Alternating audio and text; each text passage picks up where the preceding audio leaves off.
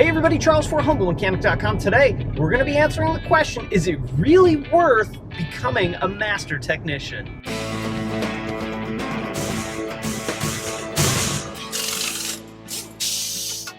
Alright, so you guys have me in the car. Obviously, this is also not my car. This is a work car. I am headed up to training in Maryland for alignment class, and I wanted to use this time to shoot a couple videos for you guys and talk about some topics that they've been in my head, or they're questions that I have. And training seems to be really heavy this time because, well, obviously I'm on my way to training. And it also works out that the last time I was up this way was to do an ASE thing, and I actually got to help write the latest version of the air conditioning test for ASE. Very cool experience, got to see how the ASE tests were made. I actually did a video on it. I think it's got like 200 views, so nobody cares about that. But the question that I get a lot, and one I've experienced personally, is it really worth becoming a master technician? Or is there any merit to being a master technician? So we can look at this a couple of different ways, but let's define what we're talking about when we say the words master certified technician. For me, I'm talking about it pretty much as a Volkswagen technician because, well, that's what I am. But you can apply it to whatever brand: Ford, Chevy, Nissan, Toyota, Honda, Audi, whatever you want to call it. So we're going to have the brand master certified technician. Then we're going to have the ASE certified technician, mechanic, whatever you want to call it. I don't care. Call it what you want, whatever makes you feel good. That's what we'll go with. We have ASE, which is like the aftermarket certification. And we have both of them, right? So we're going to kind of pile them together, even though they can be considerably different. But we're going to pile them together for the sake of this conversation. So is it worth it? Well, let's look at the pros of being a master tech, right? From a technician standpoint, it was a career goal for me. I always wanted to be a master tech. It's cool. It's a big time achievement for a technician. I think that, you know, it should be the goal of most technicians to get that level of certification. We'll talk about the negatives in a little bit, but let's only focus on the positives for now. It's cool. It's a career goal. We also have to look at it from a customer standpoint. It is impressive to a customer to say, hey, I've achieved this level of certification. Here's what it took. You know, Volkswagen's like 512 some odd classroom hours of time in order to be a master tech. In addition to that, it's these 5 tests that are hard, and even when you feel like you really know your business, even if you're a pretty good test taker, I'm a pretty good test taker, they're really challenging. I failed all 5 of them the first go-round. Luckily, I passed all 5 of them the second go-round.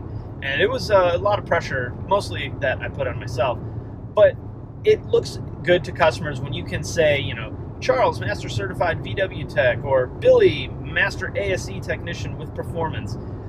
It's impressive to a customer. It shows a customer that you've put forth the effort to achieve this level, to go through this training, to pass these tests that aren't really easy. ASEs, I think, were a bit easier than the Volkswagen Master Tech tests. But it shows that you're putting effort beyond you being in the building from 9 to 5, right? So I think from that standpoint, it's worth it. Although there are some negatives to it. The negatives tend to be focused on a lot more, which I think is just how people generally are. So you have the master tech that is a textbook tech, right? I can pass all the tests. I can get an A in the class. But when it comes to a problem that is challenging or maybe outside of the normal, you know, little box that we can work in, they have no idea what to do. This then, I think, kind of reduces how important a master tech certification can be, or even maybe belittles the word a bit.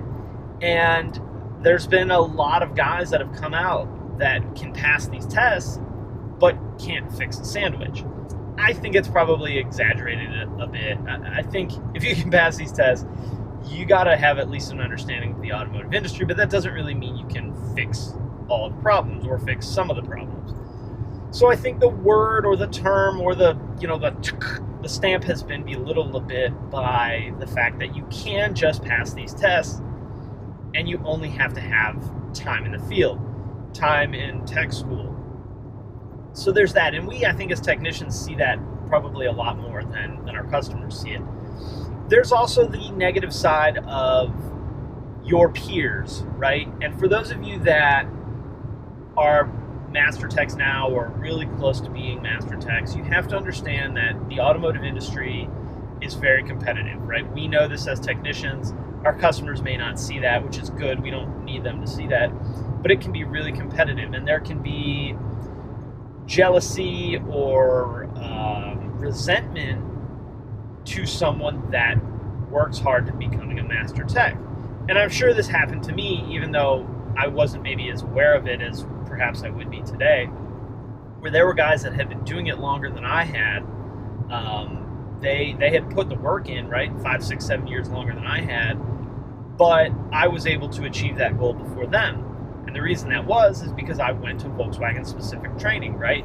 So I spent 13 straight weeks or 11 straight weeks, whatever it was, racking up classes, racking up certifications. So when someone looks at me that achieved Master Tech in 8 years, which is way long, it should have been much sooner than that, and they've been doing it for 15 years, there's resentment there. And to be fair, I get it. I probably would be kind of pissed too.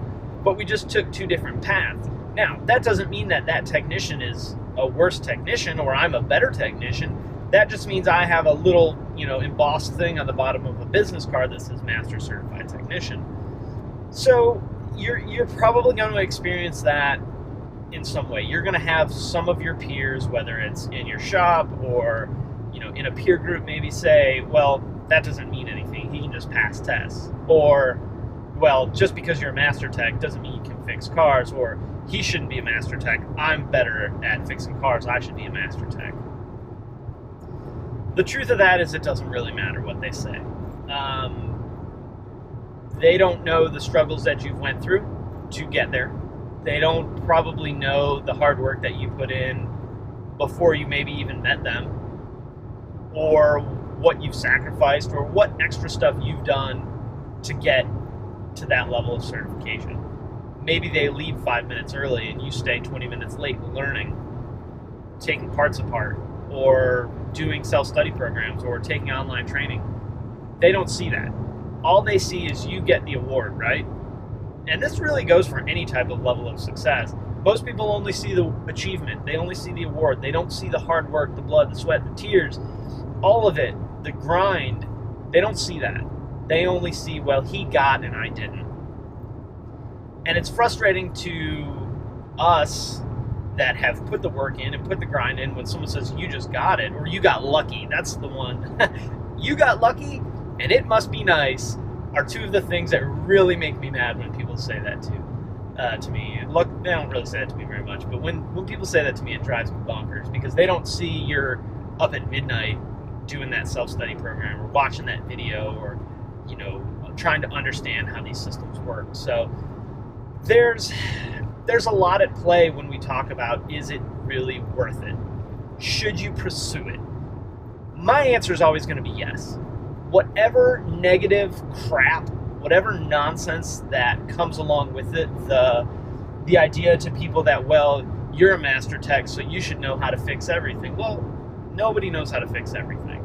Not right away.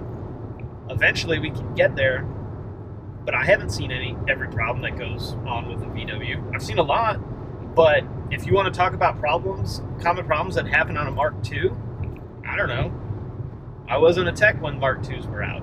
I know a little bit about Mark Is just because I've had a couple, but I've never run a Mark II, so why would I know? I can tell you how many have been through the dealership. 0 in the time that I've worked there. You want to talk about Torag problems? That's a whole nother ballgame. We talk Torag problems till the cows come home. So you're going to get this, you may get this, I shouldn't say you're going to, you may get this animosity, this resentment from other people, and they're going to want to try and throw that title in your face. And that's fine. It's probably going to come with the territory. But if you guys want that, if that's your goal, you want to be a master tech, I don't give a damn what anybody else says. Go get it. Make it happen. Put in the work. Learn it. Understand it. Pass your tests. Get your training. And put that little master tech badge on the bottom of your business card. It's an incredibly cool achievement. and it looks good to your customers, it looks good on a resume if you ever want to go somewhere. We know in the Master Tech world that just because you're a Master Tech doesn't mean you can fix every single problem in 5 seconds, but we know how to get the information. We know how to find the answer. We also know that there's going to be the car that we don't know how to fix, and we're going to need help. And we've probably gotten to the point in our career where we can fix most everything because we know that point faster than most people. I know the point where I need help very, very quickly. It may be another hour before I get there, but I know I got a feeling of when it's going to happen, and I'm not afraid to ask for help. A lot of people may get upset about asking for help as a Master Tech. Who cares? My job is to fix cars. And if that means I got to reach out to somebody that works next to me or on a tech line or my buddy at the shop down the road, I don't care. I'm going to ask for help. Because again, my goal is to fix cars. So, question of the day is an obvious one, right? What do you guys think? Are Master Techs the end-all, be-all, greatest in the world? Do they suck and can only pass tests? Like most things, it's probably somewhere in the middle. But I think it's worth it, and I think you guys should have that as your goal. And if it is your goal, go out and get it. So to circle back to the question, what do you guys think? Worth it or not? All right, so I'm going to wrap it up. Questions or comments, you guys know what to do. Hey, if you like the video, throw it a thumbs up on YouTube. I always appreciate that. You guys can also subscribe on YouTube or on the blog at humblemechanic.com. Quick note, that subscribe button on the end card is a live button. You can mash that button and subscribe. You can also follow me on Facebook, Twitter, Instagram, the blog, and of course on Snapchat. All right, guys, hey, thanks for watching, and I'll see you next time.